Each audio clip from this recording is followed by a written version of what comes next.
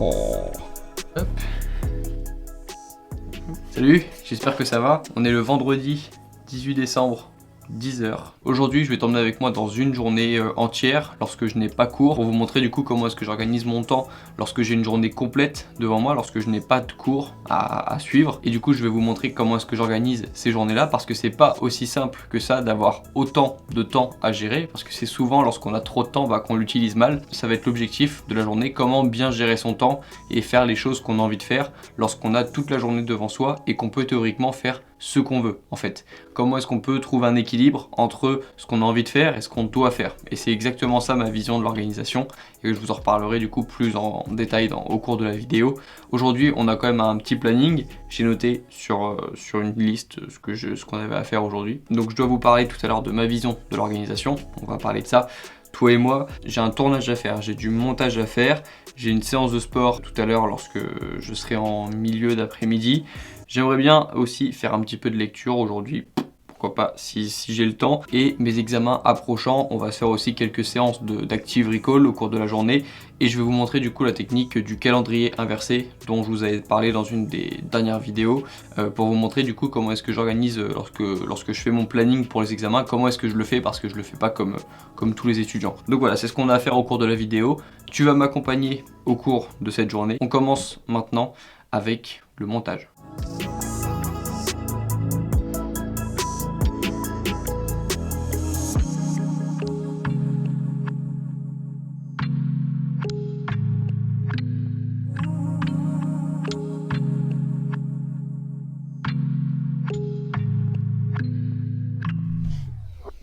Il est 11h41, j'ai fait du montage, j'ai suivi aussi mes statistiques parce qu'en ce moment elles sont bonnes et ça me fait du bien de commencer ma journée par voir que les statistiques augmentent et que vous êtes de plus en plus nombreux sur cette chaîne.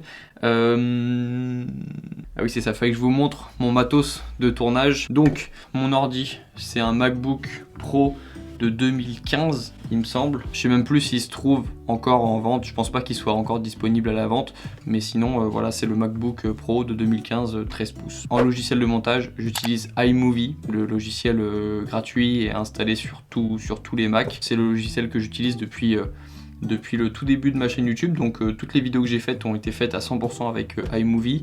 Les premières ont été tournées avec ce téléphone en 1080p avec la caméra dorsale, voilà. C'est un iPhone XR, c'est le même que j'ai depuis 2 ans, pour ceux qui veulent savoir.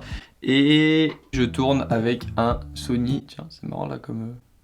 Voilà, c'est pas ça que je voulais montrer, moi je voulais tourner la caméra. Je tourne avec un Sony A6400 avec un objectif Sigma 1.4, voilà pour ceux qui veulent savoir. Et pour le son, là je l'utilise pas en ce moment parce que j'ai un micro intégré ici qui me permet de capter le son sans que j'ai à faire de synchro son-image au montage. Mais sinon pour mes autres vidéos, mes vidéos facecam, j'utilise le Rode NT USB. Donc voilà, c'est un bon micro je trouve.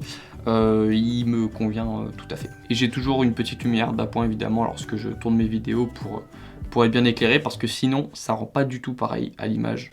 Vous voulez que je vous montre? Oui, ok. Voilà, donc voilà ce que ça donnerait s'il n'y avait pas de lumière dans ma chambre. Pourtant vous voyez qu'il y a une lumière qui est juste ici. C'est pas non plus la chambre la moins bien éclairée de France, mais vous voyez ce que ça donne sur lumière, donc voilà. C'est pour ça que c'est important de mettre de la lumière.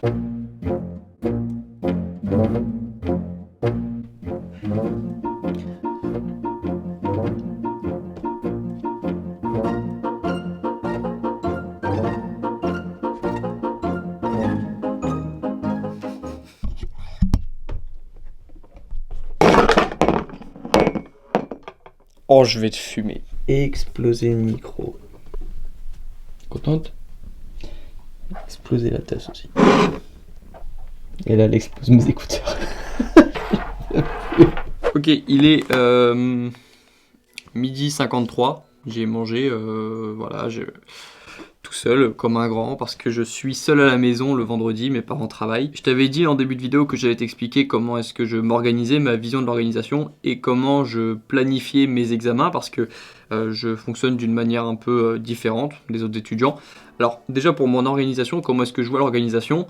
Mon organisation, c'est un mix entre ce que j'ai envie de faire et ce que je dois faire. Et donc ce que je t'invite à faire, c'est ce que je faisais au début, c'est mettre sur une liste, tout simplement, tu prends un papier, tu fais 2 colonnes, tu mets sur une colonne ce que tu as envie de faire aujourd'hui, sur l'autre colonne ce que tu dois faire aujourd'hui, et ton organisation, ça doit être un mix entre ces deux choses-là en fait. C'est comme ça que tu arriveras à passer des journées pas trop désagréables, et en même temps à faire les choses que tu dois faire et que tu ne ferais pas si tu n'avais pas ces choses à faire, enfin que tu ne ferais pas spontanément quoi. Là, si j'étais pas étudiant, je réviserais pas du droit de la propriété intellectuelle quoi. Tu vois ce que je veux dire? Donc moi, ce que j'ai envie de faire aujourd'hui, c'est de faire mes vidéos, c'est de faire mes projets, c'est de lire aussi parce que ça, j'aime bien de temps en temps, ça fait penser à autre chose, de lire autre chose que des cours. J'aime bien m'entraîner, j'aime bien passer du temps avec mes animaux, j'aime bien voilà, le mec modèle quoi. L'excellence quoi. Non mais c'est vrai, j'aime bien ma petite routine, j'aime bien avancer sur mes projets. Euh, voilà, si je pouvais passer ma journée à faire mes vidéos, je le ferais. Mais j'ai aussi des choses que je dois faire, donc mes cours, préparer mes examens qui arriveront le 11 janvier pour moi. Et justement, pour m'organiser, j'utilise la méthode du calendrier inversé. Donc je vais filmer pour te montrer à quoi ça ressemble. Voilà, donc le calendrier inversé, en gros, tu imagines ton calendrier avec, je sais pas, 28, 29, 30 jours, 31 jours. En général, les personnes qui s'organisent vont commencer par le premier jour. Donc imaginons que ce soit ici, les personnes vont imaginer la semaine et puis dire ce jour-là je vais faire ça, ce jour-là je vais faire ça, ce jour-là je vais faire ça, ce jour-là je vais faire ça. Et le but c'est que arrivé à ici, bah, j'arrive à faire toutes les choses que j'avais prévu de faire.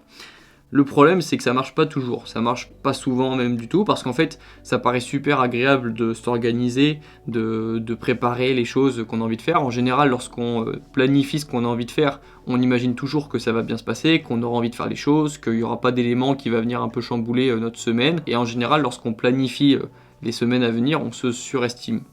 On imagine que tout va bien se passer et c'est pas le cas. Et souvent, bah, lorsqu'il t'arrive un pépin le deuxième jour et que du coup ton organisation n'est plus bonne ou n'est plus valable en fait, lorsque ton planning ne marche plus, et bah tu te démoralises et puis tu suis plus ton organisation et en plus ton estime de toi diminue parce que tu te fais plus confiance, parce que tu sens que t'es pas fiable, etc. Donc c'est pas forcément une bonne façon de faire, je pense, ou en tout cas si tu n'arrives pas à respecter ton planning, ça va être un problème. Et donc ce qui marche bien avec certains étudiants, dont moi, et avec d'autres potes avec qui j'en avais discuté récemment pour l'organisation, ce qui marche bien, c'est la méthode du calendrier inversé. C'est-à-dire que tu vas partir de la fin, tu vas partir de l'échéance, tu vas partir de la compétition si c'est un objectif sportif, tu vas partir de l'examen si c'est tes études, si tu parles de tes études. Et donc imaginons, comme c'est le cas pour moi, que tu as un examen tel jour. Pour moi c'est le 11 janvier 2021 du coup, ouais, c'est le 11 janvier 2021. Et donc ce que je vais faire, au lieu de commencer par le jour d'aujourd'hui, je vais me dire à quoi est-ce que à quel niveau j'ai envie d'être la veille de l'examen. Qu'est-ce que j'ai envie de savoir en fait la veille de l'examen. Je vais partir de l'échéance et je vais petit à petit remonter les jours jusqu'à arriver à aujourd'hui. Comme ça me permet de visualiser en fait depuis la fin, depuis le moment un petit peu fatidique, depuis le jour J, le niveau que j'ai envie d'avoir, ce que je dois savoir ce jour-là, et remonter petit à petit jusqu'à aujourd'hui. Comme ça, lorsque je commence aujourd'hui ce que j'ai prévu de faire, ce que j'ai organisé, en fait, je sais pourquoi je le fais. En tout cas, avec moi, ça fonctionne. Le fait d'avoir visualisé le chemin inverse pour comprendre pourquoi est-ce qu'aujourd'hui je suis censé faire ça en fait. C'est ça la méthode du calendrier inversé et ça marche pour tout. Tu peux même le faire dans une autre mesure pour ta vie en fait. Au lieu de dire qu'est-ce qu'il faut que je fasse aujourd'hui, tu peux te dire qu'est-ce que j'ai envie d'avoir fait lorsque j'aurai 70 ans, lorsque j'aurai 60 ans. Qu'est-ce que j'ai envie de pouvoir dire à ma famille, à mes petits-enfants, à mes enfants. Qu'est-ce que j'ai envie de pouvoir inspirer, qu'est-ce que j'ai envie de pouvoir laisser en fait comme image de moi, comme trace de moi.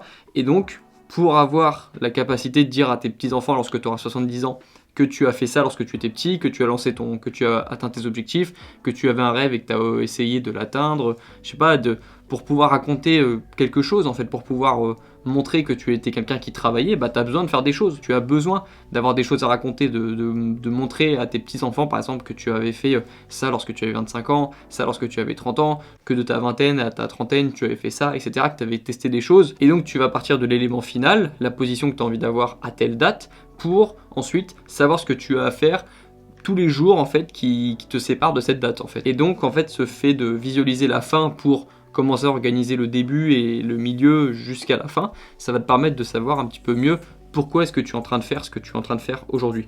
Parce que ça, c'est un des plus gros problèmes de l'organisation et des révisions chez les étudiants, c'est qu'on ne sait jamais vraiment pourquoi est-ce qu'on révise en fait. Donc faire un calendrier inversé peut t'aider à avoir un petit peu plus de sens dans tes révisions et à savoir pourquoi est-ce que tu fais ce que tu fais aujourd'hui. Maintenant, je vais rentrer un petit peu plus en mode focus et je vais essayer d'avancer un petit peu dans mon boulot universitaire.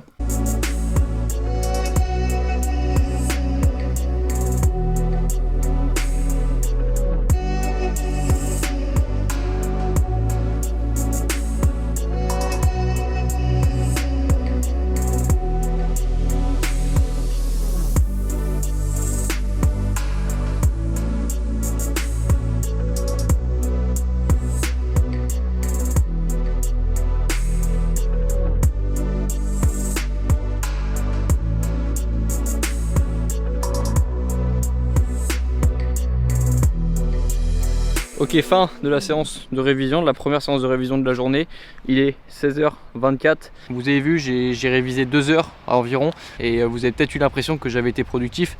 Mais c'est pas le cas, c'était une séance de révision pourrie, j'ai pas fait grand chose, j'ai eu du mal à me concentrer et voilà, c'est pour vous montrer que derrière une vidéo de quelqu'un qui révise ou avec de la musique, on a vite l'impression que la personne est productive et que tout se passe bien, alors que c'est pas le cas. Et c'est pareil lorsqu'on se promène sur Instagram et qu'on voit des stories de personnes qui révisent, elles sont pas tout le temps aussi productives qu'on peut l'imaginer. Et donc voilà, tu devrais pas culpabiliser lorsque tu vois des personnes réviser, lorsque tu vois des vidéos, des photos de personnes qui révisent, ça devrait plutôt te motiver à toi aussi réviser, mais c'est pas quelque chose qui devrait te faire culpabiliser parce que tu sais pas la réelle efficacité des personnes qui mettent des vidéos en train de réviser. Je pense avoir compris pourquoi c'était pas efficace tout à l'heure et je t'expliquerai ça du coup après la séance parce que je pense que ça peut aider beaucoup d'étudiants qui ressentent rien pendant les révisions, qui ont du mal à se motiver. Et pour faire référence à ma vidéo sur comment je me motive en 5 minutes, aujourd'hui encore j'ai eu beaucoup de résistance au démarrage lorsque j'ai voulu réviser, lorsque j'ai voulu faire mon montage à cause de mon chat.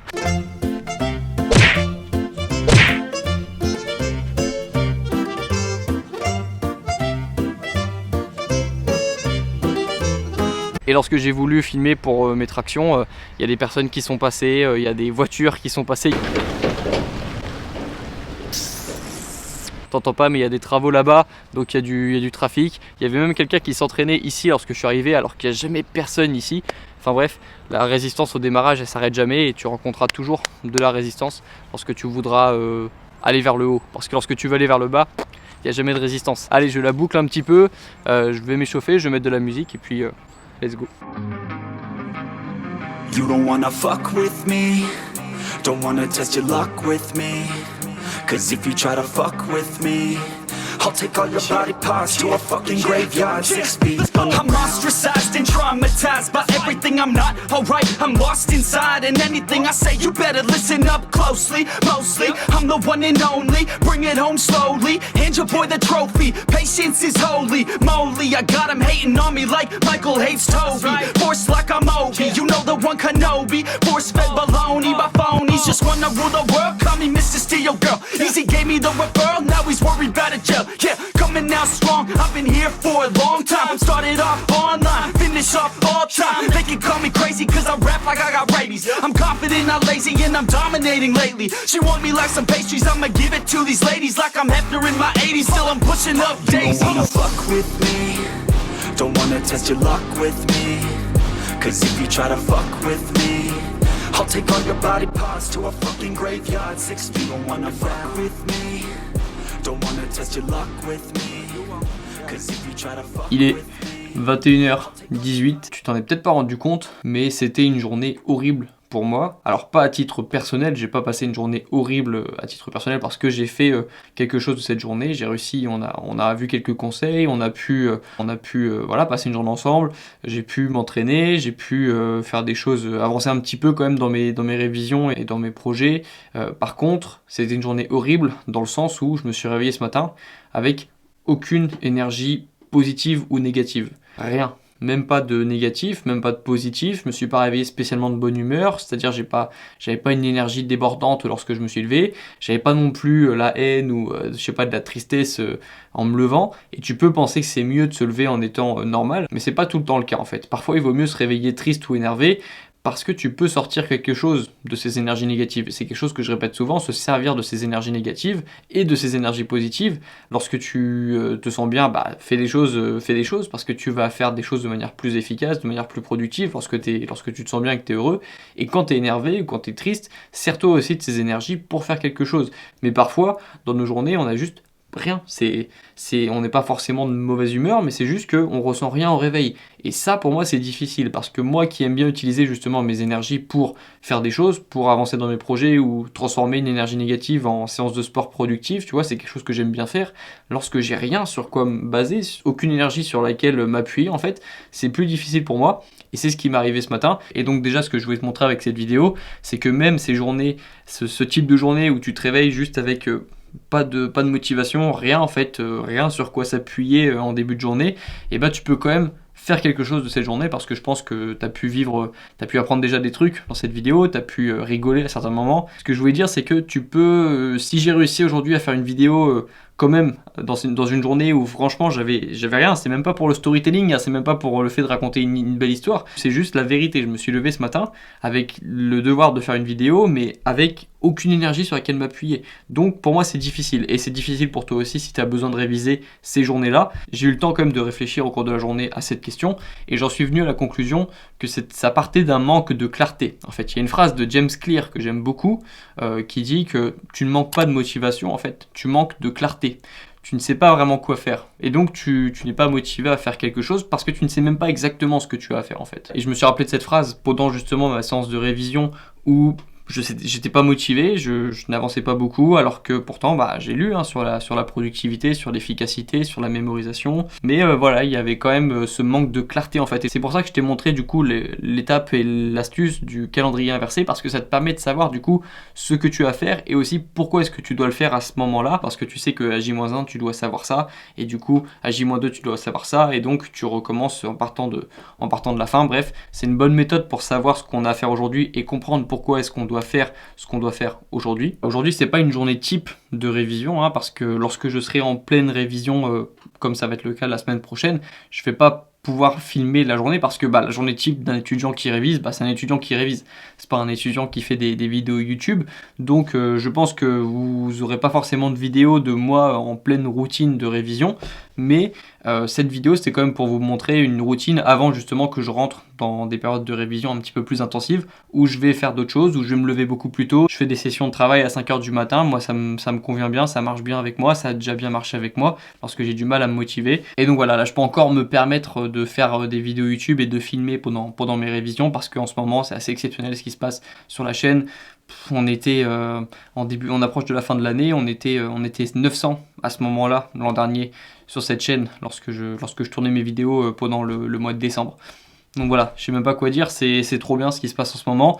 Je charbonne aussi un petit peu plus évidemment YouTube en ce moment pour qu'on soit peut-être 30 000 avant Noël, avant l'année 2021. C'est peut-être ta dernière occasion de faire partie des 30 000 premiers. Après, tu pourras plus jamais dire que tu faisais partie des 30 000 premiers abonnés de la chaîne. Je te mets un petit peu la pression. Mais voilà, c'est vrai, ça avance beaucoup en ce moment, ça avance très vite, et je pense même, ouais, je suis quasiment sûr qu'on sera 30 000 sur cette chaîne avant 2021.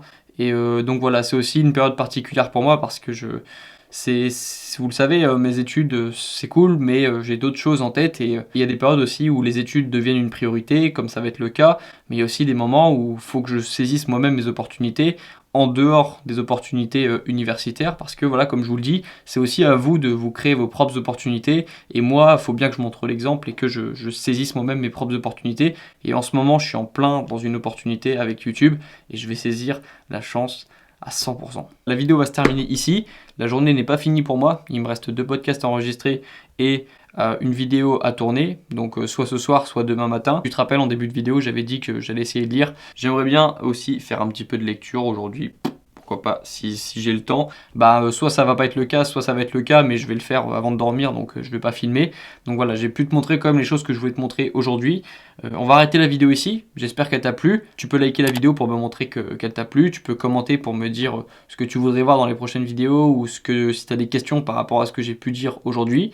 Abonne-toi aussi pour faire partie des prochains abonnés de la chaîne et pour agrandir la communauté et qu'on soit encore de plus en plus nombreux sur la chaîne. Et puis surtout pour recevoir les prochaines vidéos qui vont arriver très bientôt. Il y a la FAQ des 25 000 abonnés du coup qui arrive dans les prochains jours. Et donc voilà, moi je vais m'arrêter là. Je te souhaite bon courage dans tes révisions, je te souhaite bon courage dans tes projets aussi. Et je te dis à la prochaine. Ciao!